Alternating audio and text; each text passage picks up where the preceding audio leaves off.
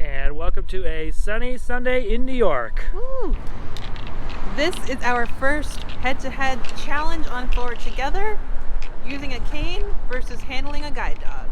So in an attempt to be somewhat scientific, we are both going to use our canes, then use our guide dogs on a familiar route in our neighborhood. Melissa, are those real birds?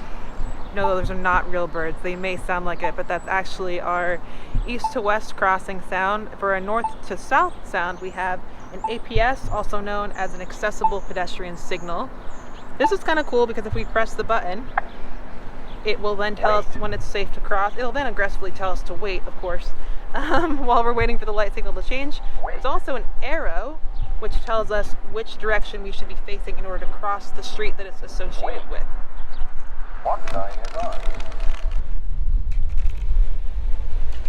We may be walking the same route, but we are using different canes. They have a whole variety of them. What are you using? I'm using a straight cane.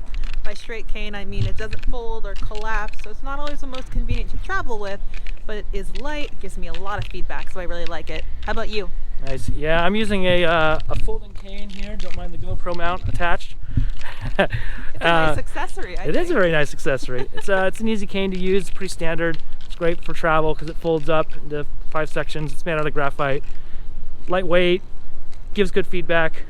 If we don't have a cool accessible pedestrian signal, how do we know when it's safe to cross the street? This street is pretty quiet right now, but we listen for traffic, which is what's happening right over there. They're gonna stop, we're gonna go.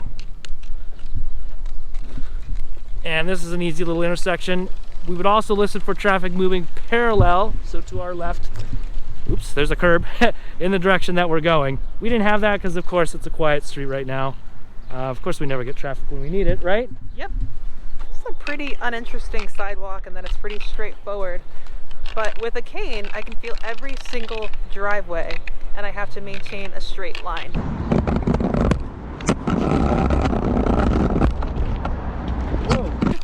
Wow, that was a big bump. When using a cane, you are responsible for everything you find and what the heck you should do about it.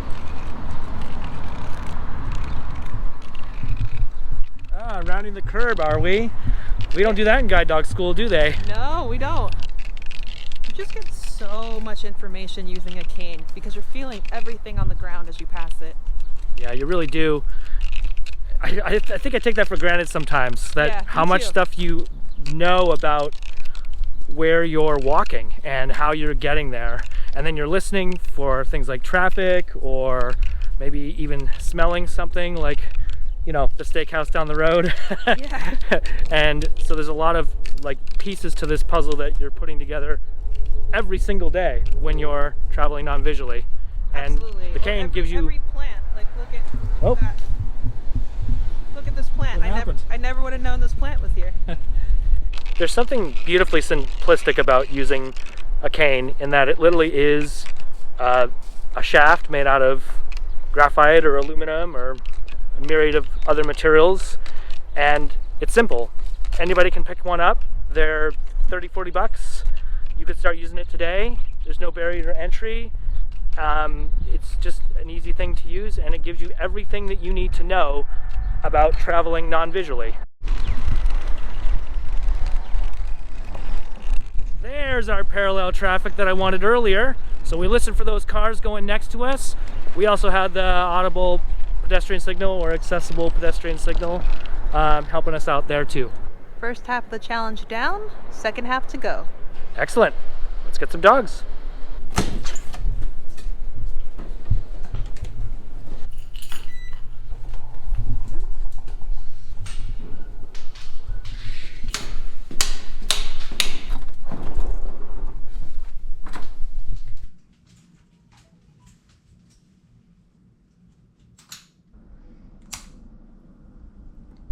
Bye, Forley.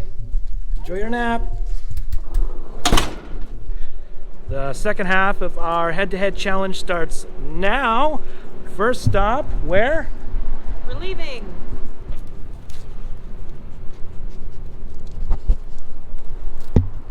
We are starting off in the same spot, Same route, different experience. Okay, Fiona, forward.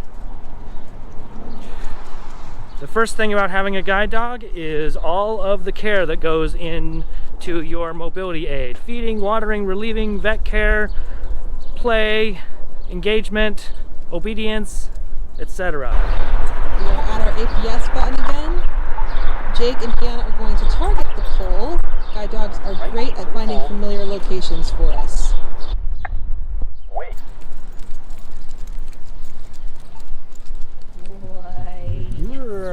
Whenever we cross a street with a guide dog, just like with the cane, we have to still listen to our traffic to determine when it's safe.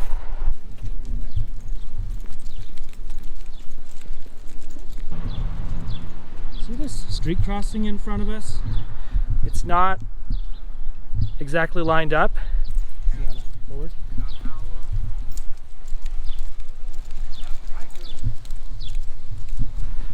This is autocorrect canine edition.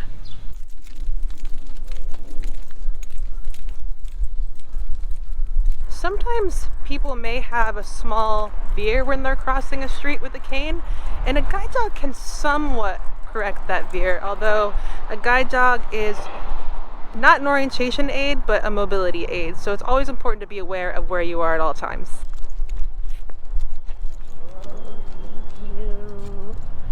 What's happening here? Aaron slowed down and stopped because we are at the tree root. Ah, Yes, so he showed me there's a crack in the sidewalk. I remember when you guys found that Yep. all those years ago. He still remembers. He still remembers when I tripped and almost fell. They say the best thing about a guide dog is its memory, and also the most challenging thing about a guide dog is its memory. Dogs love patterns and they remember just about everything you show them. But if you want to change up the routine, sometimes you have to coax them to do what you need them to do on that particular day. See, we went to the curb this time and not rounded it. Why did we do that with the dog? With a dog, everything has to be procedural and more straightforward, so you encourage them not to make shortcuts and you can keep your orientation. And the last part of this challenge is the stairs. Let's see what the guide dogs do. Aaron, forward. Come up 2 steps. Yeah. So Erin finds the stairs for Melissa. She probes with her foot because we don't have a cane. I'm doing the same thing. Foot's out. Fiona's waiting at the top. Fiona, forward. Go down the stairs. Right. Good girl. Fiona, forward. And they stop at every flight of stairs. Fiona, forward. Every curb and every change in elevation. Oh, be good girl. This is like her favorite toy here, the squishy pickle. Post route nap in progress. Aaron on the couch in his usual spot. Fiona chilling on the floor. And well, Forley's over there in her window nook. She's just like retirement nap. That's like her regular thing. That was a lot of fun. I really enjoyed this head-to-head challenge. I hope you got something out of it. What do you have to say about the whole thing? Yeah, I enjoyed it too. You know, it's not about which is better, cane or guide dog. It's more so about what's best for the person, what meets their needs, their lifestyle, and what they prefer. Yeah, agreed. There's a whole bunch of information already out there about the advantages and disadvantages. You know, in short, the cane is easy, it's simple, it gives you everything you need, it's a low barrier to entry. A dog is a partnership, which is amazing, it's inspiring, but it requires training, it requires a bit more effort, obviously animal care. A lot of responsibility. But certainly doable. Absolutely. So, anyway, first head-to-head challenge complete on the channel. Hope you liked it, and thanks so much for watching. We'll see you on the next one. See you next time.